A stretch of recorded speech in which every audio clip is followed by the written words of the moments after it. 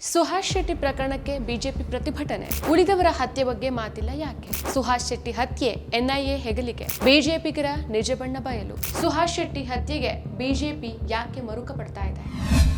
ನಮಸ್ಕಾರ, ಈ ದಿನ .comಗೆ ಸ್ವಾಗತ. ನಾನು ಶ್ರೀ ಪವಿತ್ರ.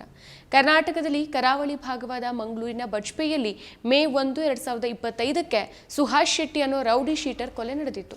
ಈ ಪ್ರಕರಣಕ್ಕೆ ಸಂಬಂಧಿಸಿದಂತೆ ಈಗಾಗಲೇ 12 ಜನರನ್ನ ಮಂಗಳೂರು ನಗರ ಪೊಲೀಸರು ಬಂಧಿಸಿದ್ದಾರೆ. ಕೇಂದ್ರ ಗೃಹ ಸಚಿವಾಲಯ ಈ ಕೊಲೆಯ ತನಿಖೆನ ರಾಷ್ಟ್ರೀಯ ತನಿಖಾ ಸಂಸ್ಥೆ ಎನ್ಐಎಗೆ ವಹಿಸಿರುವುದಾಗಿ ಆದೇಶಿಸಿದೆ. ಕರ್ನಾಟಕ ಬಿಜೆಪಿ ರಾಜ್ಯಾಧ್ಯಕ್ಷ BY ವಿಜಯೇಂದ್ರ ಈ ಆದೇಶವನ್ನು ಸ್ವಾಗತಿಸಿ ಟ್ವೀಟ್ ಮಾಡಿದ್ದಾರೆ. ಇದನ್ನ ಕರಾವಳಿ ಜನತೆಯ ಮನವಿಗೆ ಸ್ಪಂದನೆ ಅಂತ ಬಣ್ಣಿಸಿದ್ದಾರೆ. ಆದರೆ ಈ ನಿರ್ಧಾರ ಕರ್ನಾಟಕದ ಕೋಮು ಸೂಕ್ಷ್ಮ ವಾತಾವರಣದಲ್ಲಿ ಹಲವಾರು ಪ್ರಶ್ನೆಗಳನ್ನು ಹುಟ್ಟಾಕಿದೆ. ಕರಾವಳಿ ಕರ್ನಾಟಕದಲ್ಲಿ ಕಳೆದ ಕೆಲ ವರ್ಷಗಳಲ್ಲಿ ಕೋಮು ದ್ವೇಷದ ಹಿನ್ನೆಲೆಯಲ್ಲಿ ಹಲವಾರು ಕೊಲೆಗಳು ನಡೆದಿದೆ. ಉದಾಹರಣೆಗೆ 2022ರಲ್ಲಿ ಬಿಜೆಪಿ ಯುವ ಮೋರ್ಚಾದ ಕಾರ್ಯಕರ್ತ ಪ್ರವೀಣ್ ನೆಟ್ಟಾರು ಮತ್ತು ಮೊಹಮ್ಮದ್ ಫಾಜಿಲ್ನ ಕೊಲೆ, ಅಶ್ರಫ್ ಗುಂಪು ಹತ್ಯೆ, ರೆಹಮಾನ್ ಹತ್ಯೆ ಈ ಪ್ರದೇಶದಲ್ಲಿ ಈಗಾಗಲೇ ಭಾರಿ ಒತ್ತಡವನ್ನು ಸೃಷ್ಟಿ ಮಾಡಿದೆ. ಆದರೆ ಈ ಹಿಂದಿನ ಕೊಲೆಗಳಿಗೆ ಸಂಬಂಧಿಸಿದಂತೆ ಬಿಜೆಪಿಯಿಂದ ಎನ್ಐಎ ತನಿಖೆಗೆ ಒತ್ತಾಯಿಸೋ ಯಾವುದೇ ಗಂಭೀರ ಪ್ರಯತ್ನಗಳು ಕಂಡುಬಂದಿಲ್ಲ. ಆದರೆ ಈಗ ಸುಹಾಸ್ ಶೆಟ್ಟಿ ಕೊಲೆ ಪ್ರಕರಣವನ್ನ ಎನ್ಐಎಗೆ ವಹಿಸೋಕೆ ಒತ್ತಾಯಿಸೋದರ ಮೂಲಕ ಬಿಜೆಪಿ ತನ್ನ ಆದ್ಯತೆಗಳು ಮತ್ತು ರಾಜಕೀಯ ಉದ್ದೇಶಗಳ ಬಗ್ಗೆ ಗಂಭೀರ ಚರ್ಚೆ ಮಾಡುವಂತೆ ಮಾಡಿದೆ. ಸುಹಾಸ್ ಶೆಟ್ಟಿಯನ್ನ ಬಿಜೆಪಿ ಮತ್ತು ವಿಶ್ವ ಹಿಂದೂ ಪರಿಷತ್ ಹಿಂದೂ ಕಾರ್ಯಕರ್ತ ಅಂತ ಕರೆಸಿಕೊಂಡು ಸಮಾಜದಲ್ಲಿ ಕೋಮುವಾದ ಸೃಷ್ಟಿಸುವಲ್ಲಿ ಒಬ್ಬನಾಗಿದ್ದ.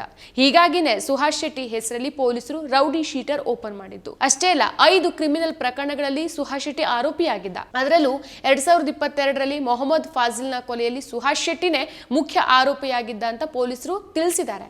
ಸೊ ಈ ಕೊಲೆ ಪ್ರವೀಣ್ ನೆಟ್ಟಾರು ಕೊಲೆಗೆ ಪ್ರತೀಕಾರವಾಗಿ ನಡೆದಿತ್ತು ಅಂತ ಆರೋಪಿಸಲಾಗಿತ್ತು. ಸೊ ಇಂತಹ ಹಿನ್ನೆಲೆಯ ಒಬ್ಬ ವ್ಯಕ್ತಿಯ ಕೊಲೆಯನ್ನ ಹಿಂದೂ ಸಮುದಾಯಕ್ಕೆ ಆತಂಕ ಅಂತ ಚಿತ್ರಿಸುವ ಮೂಲಕ ಬಿಜೆಪಿ ಈ ಪ್ರಕರಣವನ್ನ ಕೋಮುವಾದದ ದೃಷ್ಟಿಕೋನದಿಂದ ರಾಜಕೀಕರಣಗೊಳಿಸ್ತಾ ಇದೆ.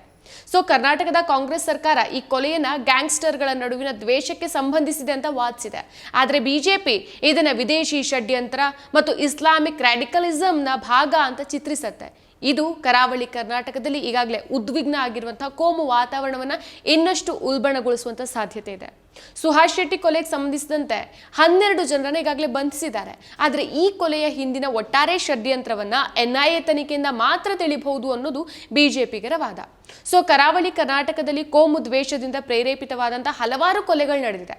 ಉದಾಹರಣೆಗೆ 2022ರಲ್ಲಿ ಪ್ರವೀಣ್ ನೆಟ್ಟಾರು ಹತ್ಯೆ, ಫಾಜಿಲ್ ಕೊಲೆ, ಇತ್ತೀಚೆಗೆ ರೆಹಮಾನ್ ಹತ್ಯೆ, ಅಶ್ರಫ್ ಗುಂಪು ಹತ್ಯೆ ಕರ್ನಾಟಕದ ಕೋಮು ಸೌಹಾರ್ದತೆಗೆ ಇದೆಲ್ಲ ಕಳಂಕ ತಂದಿದೆ. ಆದ್ರೆ ಈ ಕೊಲೆಗಳಿಗೆ ಸಂಬಂಧಿಸಿದಂತೆ ಬಿಜೆಪಿಯಿಂದ ಎನ್ಐಎ ತನಿಖೆಗೆ ಒತ್ತಾಯಿಸೋ ಯಾವುದೇ ಗಮನಾರ್ಹ ಪ್ರಯತ್ನ ಕಂಡುಬಂದಿಲ್ಲ.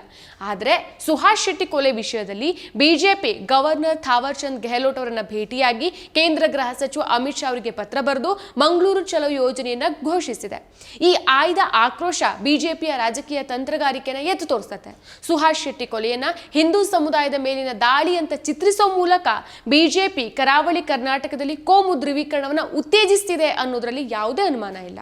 ಕಾಂಗ್ರೆಸ್ ಸರ್ಕಾರದ ದಕ್ಷಿಣ ಕನ್ನಡ ಜಿಲ್ಲಾ ಉಸ್ತುವಾರಿ ಸಚಿವ ದಿನೇಶ್ ಗುಂಡೂರಾವ್ ಅವರು ರಾಜ್ಯ ಪೊಲೀಸ್ ಇಲಾಖೆ ಈ ಪ್ರಕರಣವನ್ನ ತನಿಖೆ ಮಾಡೋಕೆ ಸಮರ್ಥವಾಗಿದೆ ಅಂತ ತಿಳಿಸಿದ್ದಾರೆ.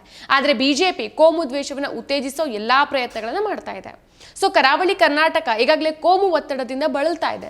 ಸುಹಾಸ್ ಶೆಟ್ಟಿ ಕೊಲೆ ನಂತರ ರೆಹಮಾನ್ ಕೊಲೆ ಸಾಮಾಜಿಕ ಮಾಧ್ಯಮಗಳಲ್ಲಿ ಭಾರಿ ಚರ್ಚೆ ಕಾರಣ ಆಗಿದೆ.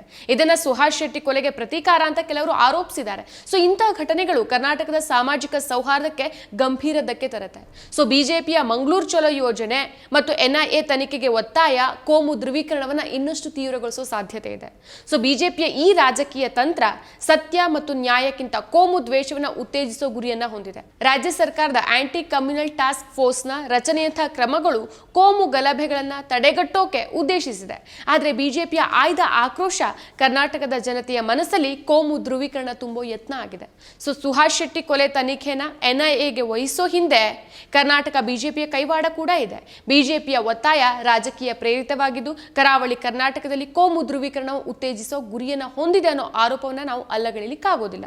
ಸೊ ಕರ್ನಾಟಕದಲ್ಲಿ ಸಾಮಾಜಿಕ ಸೌಹಾರ್ದವನ್ನ ಕಾಪಾಡೋಕೆ ರಾಜಕೀಯ ಪಕ್ಷಗಳು ದ್ವೇಷದ ರಾಜಕೀಯದಿಂದ ಹೊರಬಂದು ಸತ್ಯ ಮತ್ತು ನ್ಯಾಯಕ್ಕೆ ಒತ್ತು ನೀಡಬೇಕಾಗಿದೆ. ಕೊಲೆಯಂತಹ ಗಂಭೀರ ಆರೋಪಗಳ ಇದರ ಅಪರಾಧಗಳ ತನಿಖೆಗೆ ರಾಜಕೀಯ ಒತ್ತಡದಿಂದ ಇವರು ಮುಕ್ತವಾಗಬೇಕಾಗಿದೆ. ಮತ್ತು ಎಲ್ಲಾ ಜನರಿಗೂ ಸಮಾನ ನ್ಯಾಯ ಒದಗಿಸೋ ದಿಶೆಯಲ್ಲಿ ಕಾರ್ಯನಿರ್ವಹಿಸಬೇಕಾಗಿದೆ. ಹಿಂದೂಗಳನ್ನೇ ಕೊಲೆ ಮಾಡಿದವನನ್ನ ಬಿಜೆಪಿ ಹಿಂದೂ ಕಾರ್ಯಕರ್ತ, ಹಿಂದೂ ಧರ್ಮದ ರಕ್ಷಕ ಅಂತೆಲ್ಲ ಬಣ್ಣಿಸಿ ಪ್ರಕರಣದ ದಿಕ್ಕನ್ನ ತಪ್ಪಿಸೋಕೆ ಯತ್ನಿಸಿದ್ರು. ಅದೊಂದು ಗ್ಯಾಂಗ್ ವಾರ್ ಅಂತ ಪ್ರಾಥಮಿಕ ತನಿಖೆಯಿಂದ ತಿಳಿದು ಬಂದಿತ್ತು.